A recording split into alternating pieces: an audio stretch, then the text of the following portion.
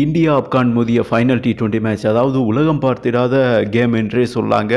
பிரிச்சுட்டாங்க 2 team என்றே சொல்லலாம். ஆப்கானா இல்லை அணுகுண்டு வெடித்த மாதிரி வெடித்தாங்க என்றே சொல்லாங்க. ஆப்கான் பேட்ஸ்மேன்கள் சின்ன டீமு, ஆனால் கடுகு சிறுத்தாலும் காரம் பெருசுன்னு சொல்லுவாங்க இல்லையா, அந்த மாதிரி பார்த்திங்கன்னா காரசாரமாக ப்ளே பண்ணாங்க என்றே சொல்லாங்க. நம்ம ரோஹித் சர்மா அதாவது ஒரு மிகப்பெரிய ஹிஸ்ட்ரி பண்ணியிருக்காருங்க. வரலாற்றை மாற்றி எழுதியுள்ளார் என்றே சொல்லாங்க. T20 இன்டர்நேஷ்னல் கிரிக்கெட்டில் ஹையஸ்ட் செஞ்சுரி அடித்த முதல் பேட்ஸ்மேன் இவர் தாங்க. 5 சதம் அடித்து ஒரு மிகப்பெரிய உலக சாதனையை பதிவு பண்ணியிருக்காரு, world record. Same time T20 ஃபார்மேட்டில் அதிக சிக்ஸர் அடித்தவரும் நம்ம ரோஹித் சர்மா என்பது குறிப்பிடத்தக்கது. இப்படி ஒரே மேட்ச்சில் பார்த்தீங்கன்னா 2 உலக சாதனை வேர்ல்டு ரெக்கார்டை வந்துட்டு பதிவு பண்ணியிருக்காருங்க. கிட்டத்தட்ட 50 பந்திலேயே சதம் கன்வெர்ட் பண்ணிட்டாரு. டப்புன்னு 4 விக்கெட் போச்சு. இந்தியா தான் முதல் பேட் பண்ணாங்க. விராட் கோலி, சிவம் துபே, மெயினான பேட்ஸ்மேன்கள்லாம் காலிங்க. ஜெய்ஸ்வால் 22க்கு 4 போச்சு. அங்கேருந்து பார்த்தீங்கன்னா ஒரு பக்கம் விக்கெட் போனாலும் நான் வந்துட்டு விஸ்வரூபமாக தான்டா ப்ளே பண்ணுவேன்னு 8 சிக்ஸர் வீசினாருங்க. 11 பவுண்டரி கிட்ட அடித்து தும்சம் பண்ணார்.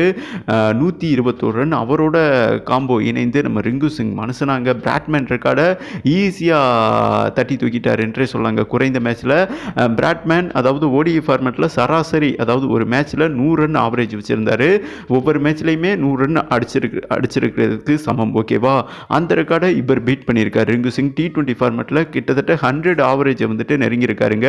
குறைந்த மேட்ச்சில் ஒரு மிகப்பெரிய ஹிஸ்ட்ரி பண்ணியிருக்காரு. அவரும் வந்துட்டு 6 சிக்ஸர் 69 ரன். கடைசி ஓவர் வந்துட்டு 36 ரன் 2 பேரும் சேர்ந்து வீசினாங்க. அந்த கடைசி ஓவர் தாங்க இந்திய மானத்தை 2 பேரும் காத்தார்கள் என்றே சொல்லலாம். குறிப்பாக ரோஹித் சர்மா அதாவது ராஜா வந்து என்றைக்குமே முக்கியமான நேரத்தில் தாங்க இறங்கி போரில் சண்டை போடுவார். அந்த மாதிரி தான் கடைசி 2 மேட்ச் இவர் டக் அவுட் ஆனாலும் ரோஹித் சர்மா ஃபைனல் மேட்ச் வந்துட்டு இறங்கி செஞ்சிட்டாரு. இந்தியா 212 ரன் ஸ்கோர் பண்ணாங்க. 22க்கு 4 போச்சு. அதுக்கப்புறம் 212 ரன் ஸ்கோர் அடிச்சிருக்காங்கன்னா இவங்க 2 பேரோட நாக்கை நீங்கள் பார்த்தாலே பிரமிச்சு போயிடுவீங்க என்று தான் சொல்லணும். ஓகே, ஈஸியாக சேஸ் பண்ணிடுவாங்கன்னு நினச்சோம். பட் ஆப்கானிஸ்தான் வந்துட்டு விடலைங்க.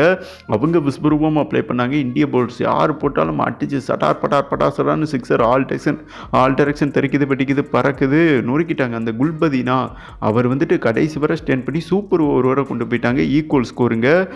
மிரட்டி விட்டாங்கன்னு வைங்களா. வாஷிங்டன் சுந்தர் அதாவது பவுலிங்கில் காப்பாற்றினார். அவர் தாங்க கிட்டத்தட்ட என்ன சொல்கிறது 18 ரன் தான் கொடுத்துருந்தாரு, ஒரு விக்கெட் எடுத்திருந்தார். அவர் மட்டும் இல்லைன்னா 19 ஓவர்லேயே சங்கு ஊதியிருப்பாங்க ஆப்கான். பட் என்னங்க சொல்கிறது, ஊதியிருப்பாங்க. ஓகேவா, சாரி. பட் அதான் நம்மளை ஓவரால் மானம் காத்தது நம்ம இந்திய கேப்டன் என்று தான் சொல்லணுங்க. T20 world cup நெருங்கிருச்சு. பக்காவான ஃபார்முக்கு வந்திருக்காருங்க. T20 அரங்கில் மீண்டும் அவர் சதம் அடிச்சிருக்காரு. மின்னல் வேகத்தில், புயல் வேகத்தில், ஓகேவா, சுனாமி வேகத்தில் என்று தான் சொல்லணும். அது அவருக்கு மிகப்பெரிய உத்வேகம் அளிக்கும் என்றே சொல்லாங்க. டெஃபினட்டாக அதாவது இந்த வெறித்தனம்னு சொல்லுவாங்க இல்லையா, அந்த வெறித்தனம் நம்ம இந்திய கேப்டன் கிட்ட இருக்கிறது என்பது குறிப்பிடத்தக்கது.